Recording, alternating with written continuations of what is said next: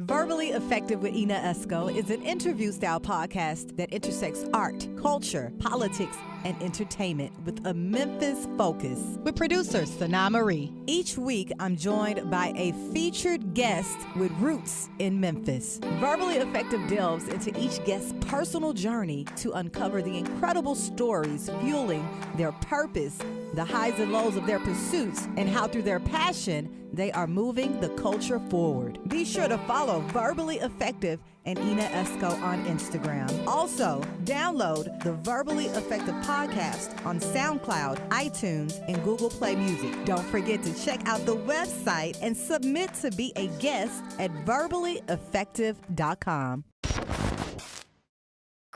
Greetings, and welcome to another edition of the Verbally Effective Podcast. You guys could be anywhere in the world, but you are here with me today. I'm your host, your double E, Ina Esco. But before we get started, I want to, give you guys some information.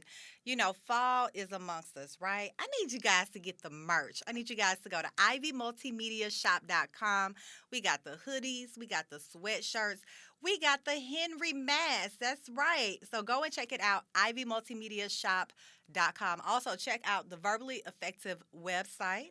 Make sure you subscribe to the YouTube channel, the Ina Esco YouTube channel. That's ENAESCO. Also, follow your girl, Ina Esco, on all social media platforms at Ina Esco, ENAESCO. I want to send a huge shout out to the Consortium MMT for allowing me to be here in this beautiful state-of-the-art studio.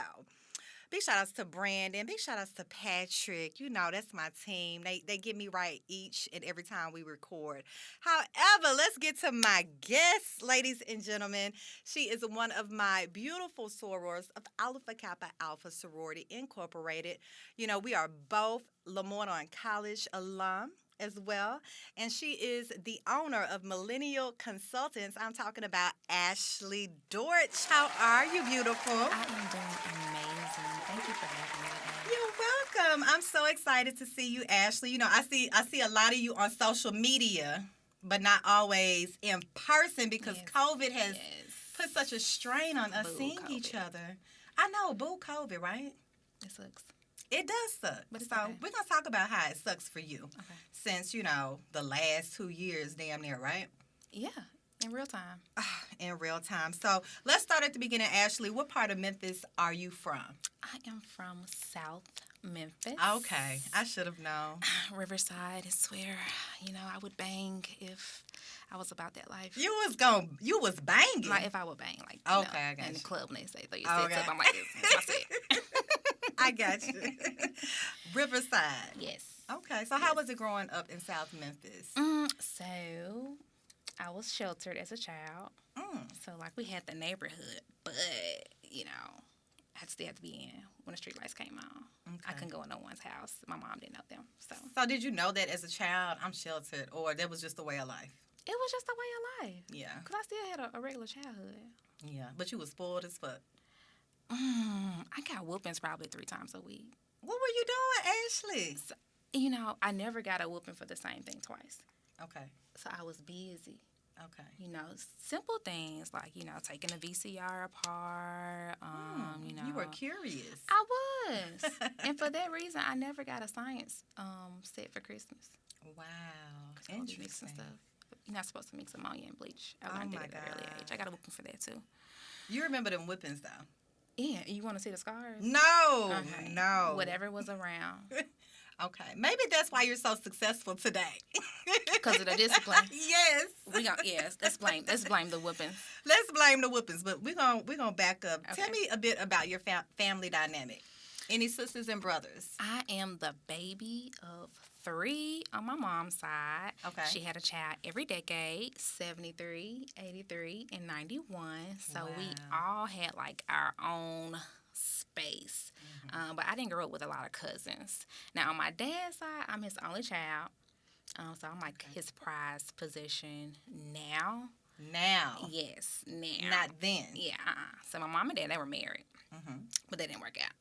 Which probably, now that I think about it, that's why I got some whippings. Because, I was going through the divorce. When children go through the divorce, we act out. Yeah. My mama owed me for that. Yeah, you need to have a conversation with her about it. Yeah. You think she'll admit? No. That was why? You know, mamas, they don't. Yeah. They You're just right. don't. They be in denial. They Why do. mamas do that? You can't tell mamas nothing. You can't tell mamas nothing. Now, No. daddy might take a ear, but mamas, they different. And my dad never with me. Wow. Never. So y'all weren't close when you were growing up? He came around, I'm going to say 10th grade. But, like, ever since then, we've been like this. That's good. Yeah. That's good. Now, you said 10th grade. Where did you attend high school? I went to Hollis Price Middle College. I know that's right. On the campus of LeMoyne Owen College. A great school. When I graduated there, I had 2 years of college already completed. Wow. So I was set up for quick success in college life. So you just transitioned right on to LOC. I did. It was for me. I didn't want to go, though. You didn't want to go to LeMoyne? No, I didn't want to go to Hollis Price. Why not? I wanted to go to Fairleigh with my friends. Okay. That's where your friends was doing. Yeah. But apparently, my mom didn't like the situation that was at Fairleigh. Oh, yeah. Fairleigh was crunk, girl. Yeah, and then at that time, in like 2005, 2004, you know, they still had the spillover from the Hurricane Katrina folks, and they was blaming the stuff that was going on with them. And then they had like mobs in the schools. Wrong for It was that. dangerous. Wow. It was dangerous in the schools. Really? I'm glad I didn't go to Fairleigh. Oh. I went there for 2 days, and then I was enrolled the next day. So you were at Hollis F. Price. What activities were you involved in over there? Nothing. Nothing? No, listen. We didn't have a lot of activities. Why not? I just went to class, but class was fun because it was on a school campus. Like, whatever the college kids You was did. looking at the college dudes. The Greeks. I never did it. I did. Yes. I did. And on campus, we had this tree. It was pink and green. It was painted pink and green. I would, like, take pictures in front of the tree. So you already knew. I knew. I knew. I knew in 5th grade. Oh, ooh. Do you have AKs in your family? No. I'm the first person to graduate from college. Wow. On my mom and my dad's side. Well, that's a beautiful thing. Yes, we're breaking generational curses here. Definitely. Let's get back to college, LeMoyne Owen College. Yes. Tell me what your major was. Why did you choose that? And what were you involved in at LeMoyne Owen? Okay, let's start off. When I got to LeMoyne Owen, I was going to be a veterinarian. And I was going to be a biology major because LeMoyne had this program where they gave you a really nice stipend for being in the STEM program. And I did everything in my power to pass. But I was making C's, and I wasn't a C student. And I was like, this ain't for me. And then I took this class, behavior science class, public health. And I was like, oh, this is me. Then I transitioned to be a social work. And I did everything in college. I was on SGA. I was Miss LeMoyne Owen. I was Miss United College Fund. I was a cheerleader. I did anything that would give me a nicer meal and an extra check. Wow. So you had a lovely HBCU experience. Absolutely. I can't compare it to anything else. Look, I'm trying to tell you, like, my experience at LeMoyne, you mentioned something. You're a former Miss LeMoyne Owen College. I am, too. I am Miss LeMoyne 2000. You're Miss LeMoyne? 2013. Miss LOCs Unite, right? Hey, Miss LOCs Queens, Unite in this Queen thing. things. Tell me about your Miss LOC experience, because mine was half-assed, to be honest. Look, that year was a busy year for me. It was like a blur, but I remember everything. As I was Miss LeMoyne, I was also the president of my chapter. I was the president, the basilisk Come on. of Beta Phi. Well, I didn't know all of this. Yeah. Okay. Let's Look, get back I'm on not track. in one of them books on something. You got to be in something. I know I am. Okay, now tell me, girl. But it was so busy. That's where I really had to manage work-life balance. I also was working at FedEx at the time, too. I worked at FedEx. Shut up. You didn't work at the hub. I was in the hub partying. Look, had to be at work at like 3 a.m. about to die in the hub. Let me tell you, I had the balance because in college we always had parties at Branson's, and that was always Thursday night. So I knew I couldn't have an 8:00 class Monday, Wednesday, and Friday. So I would balance my schedule out so I can be able to go to class, party, and go to work and do my extracurricular activities. So you had that schedule down pat. Yeah, because I wasn't missing nothing. You heard of FOMO? Yeah. Fear of missing out? Yeah. I wasn't doing that. That wasn't you. Not missing nothing. Ashley was going to be there. Must be a millennial thing. It's not. It is not. Yeah, I was just pulled in so many directions. But hey, It worked out because I was on a full academic scholarship. I was on a Du Bois scholar. I had to keep a 3.8. Yes. Right. So I figured it out. But we have a lot in common, Ashely. Let's talk about once you graduated LeMoyne, what was going on for you? I was like, what's next? And then I knew that I just couldn't go out here and just find a random job in my field because that opportunity wasn't available. And I was like, I'm going to go to grad school. So last minute, it was like we graduated in May. I didn't fill out the application until May, and then I went to Jackson State. I went there for 2 years. Their master's program was 2 years. I lived there for the first year, and I was like, ugh, I do not like Mississippi. It was too much. Why?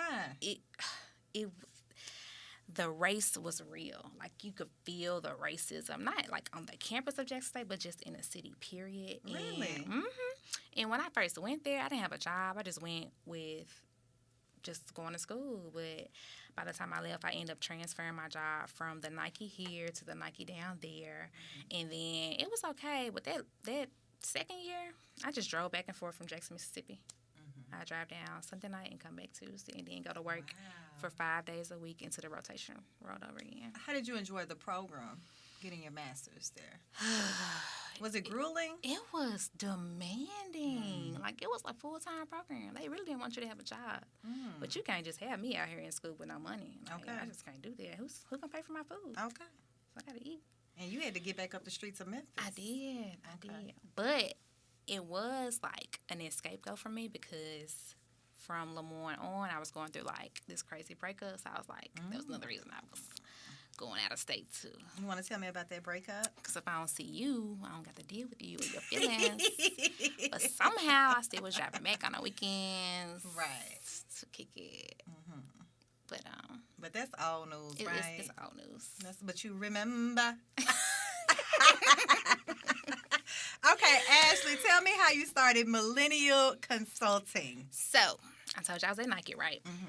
So, when I came back, transferred back to Nike, they added me to their marketing team. And I was like, ooh, what you want us to do? I like marketing. I love marketing. Marketing is fun. So, our mission was to do like engagement with the community and like get other sponsorships and like get people in the store at the employee store to come shop because everybody in Memphis want to shop at the store because you want to be plugged in with the factory or the Air Force Ones. And I was like, I can do this. So it was a breeze. But while I was doing that, I was full time at Youth Villages as a therapist, and I was like, this is real. But even in corporate America and nonprofit sector, I saw the same problem. Everybody hates millennials, and that's an issue. Wow.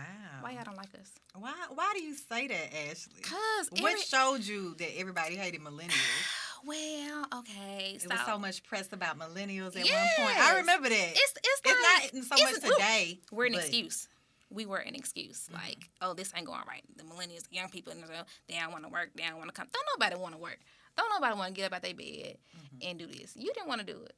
So I felt like it was a disconnect between the baby boomers, whoever's in the middle, and then millennials. And I was like, someone needs to bridge the gap. And that's going to be me. And bam, Millennial Consulting was born.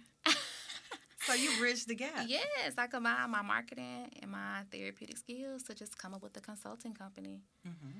And now we transitioned into private practice. Okay. So we were doing professional development and helping companies understand the millennial mind and learn different things like communication skills, love languages, and now we're doing individual therapy and family therapy. Wow, and I know you're busy right now, especially. Yes. Because mental health is such, a big deal right now with the pandemic.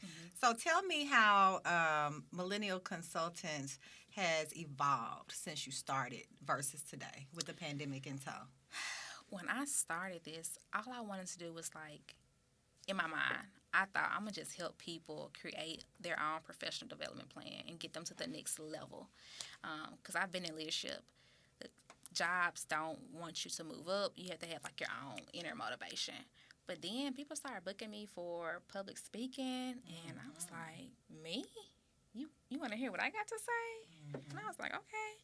And since then, I had to transition to do things online. That was not familiar for me. Like Zoom, I'm not the best tech savvy person.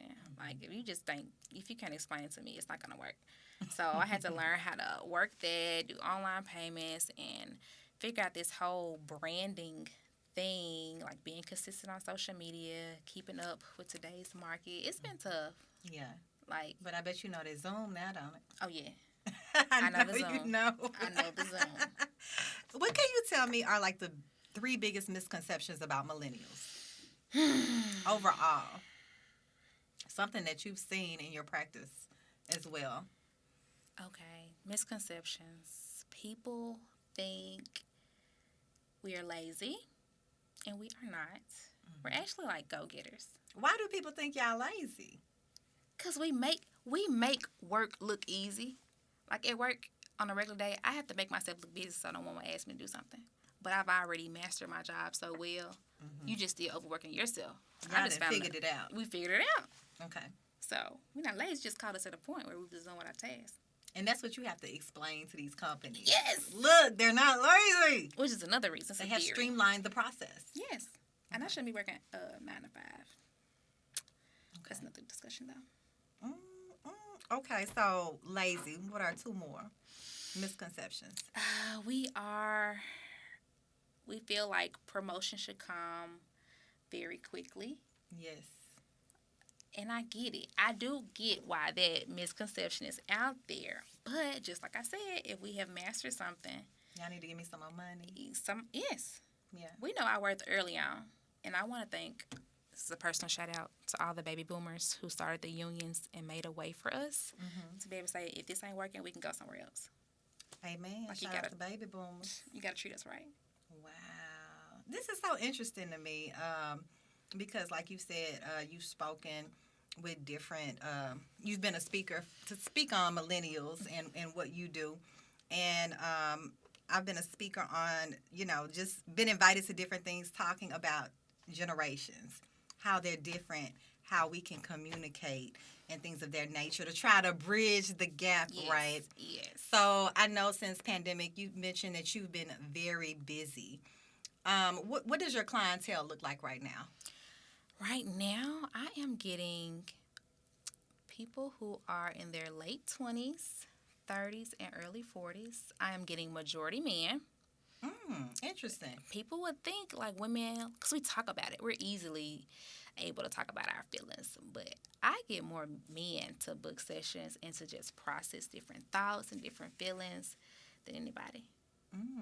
Are they very interesting sessions? I know you can't talk about them in detail. But I can say that men have feelings too, and which is one reason why I refuse to do couples therapy, because I feel like I would side with the woman each go round. But working with these set of men, okay, you got something to say, and your feelings are valid just like ours are. But they just think different, and it's intriguing. Like the way that they process information and then come to different conclusions. Well, what's next for Millennial Consultants, Ashely? Well, so right now we do monthly free support groups for millennials. They're lit. They're called the Millennial Meetup. We meet every 4th Thursday. And we're doing family therapy now.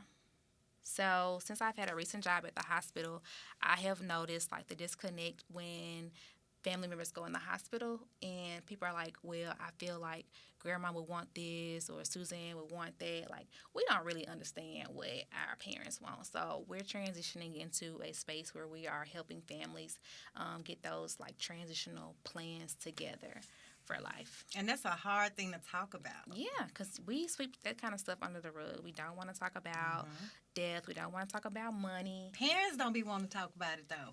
It makes them uncomfortable. Yes. But, Mama, don't you want to go before me? So let's have that in order, because I don't want to deal with that stress of, well, what checking account? Some people don't know their parents' social security numbers. And that's the important stuff we need to know. So you do the family consulting, but you ain't fooling with them couples yet. Oh, no. I'm not doing it. I'm not. And I get referrals all the time. I just refer out. That's your challenge, Ashely? I'm not ready. Okay. I'm not ready. Okay. I'm going with the woman each time. I see. On the inside. I And see. it's probably going to come out of my body language. I bet you're not going to hide it. Now, I know that you like to collect sneakers. I'm sure it comes from you working at Nike, being exposed to all the thigh junts up in Nike. What are some of your fave sneaks? I'm going to say... Your most coveted? So, listen, it's probably the shoes that I buy 2 pair of. You have to buy a pair to rock and a pair to stock.